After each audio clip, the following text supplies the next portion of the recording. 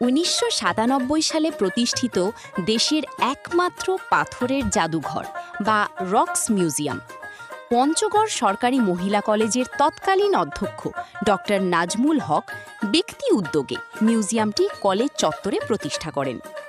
বর্তমানে জাদুঘরটিতে জেলার প্রত্নতাত্ত্বিক ও লোকজ সংস্কৃতির প্রায় ১,০০০ সংখ্যকেরও বেশি উপকরণ সংরক্ষণ রয়েছে।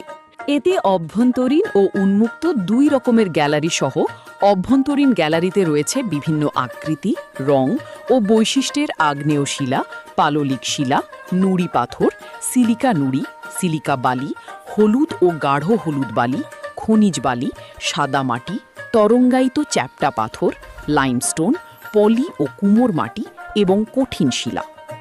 বছরের পুরনো ইমারতের ইট, রয়েছে পোড়ামাটির মূর্তিও। ধুলাবালি ও কিউরেটর বা লোকবলের অভাবে জাদুঘরটি এখন যৌবন হারাতে বসেছে।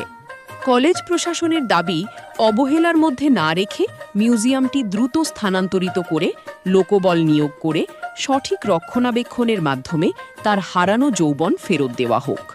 হিমালয় কন্যা খ্যাত পঞ্চগড় জেলার মহিলা সরকারি কলেজ চত্বরে জাদুঘরটি হওয়ায় কলেজ শিক্ষার্থী ও দর্শনার্থীরা সহজেই অপেক্ষাকৃত কম বয়সে পাথরের জাদুঘরটি দেখতে ও ইতিহাস সংস্কৃতি জানতে পেরে আনন্দ উপভোগ করছেন।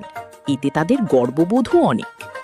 জেলা প্রশাসক সুক্রিয়া পারভিন জানান, দেশের একমাত্র মিউজিয়ামটিকে সংরক্ষণে তিনি আন্তরিক।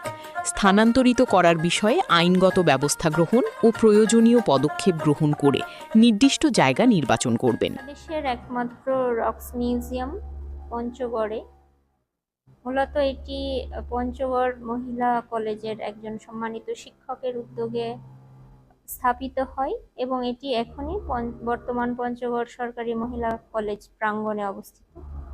আমরা বিভিন্নভাবে জেনেছি এবং কলেজ কর্তৃপক্ষও জানিয়েছেন তাদের ওখানে এটি যথাযথভাবে সংরক্ষণ করা সম্ভব হচ্ছে না। তারা একটা অনুরোধ জানিয়েছেন যাতে করে এটা সুবিধাজনক স্থানে স্থানান্তর করা হয়।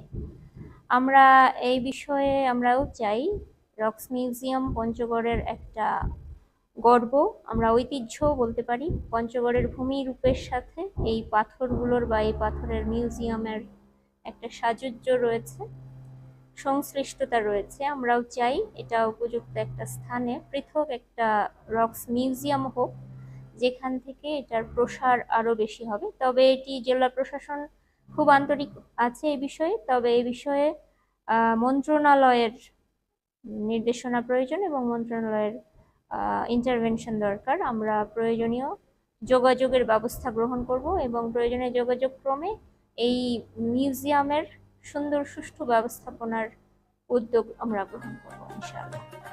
দেশের পাথর ও জেলার সংস্কৃতি চিহ্ন সংরক্ষণে একজন মানুষের ব্যক্তি উদ্যোগ আজ একমাত্র রক্স মিউজিয়াম বা পাথরের জাদুঘরটি পঞ্চগড়ের সমৃদ্ধিকে দেশের সর্বাগ্রে পৌঁছে দিয়েছে। এটা জেলার জন্য অনেক গর্বের।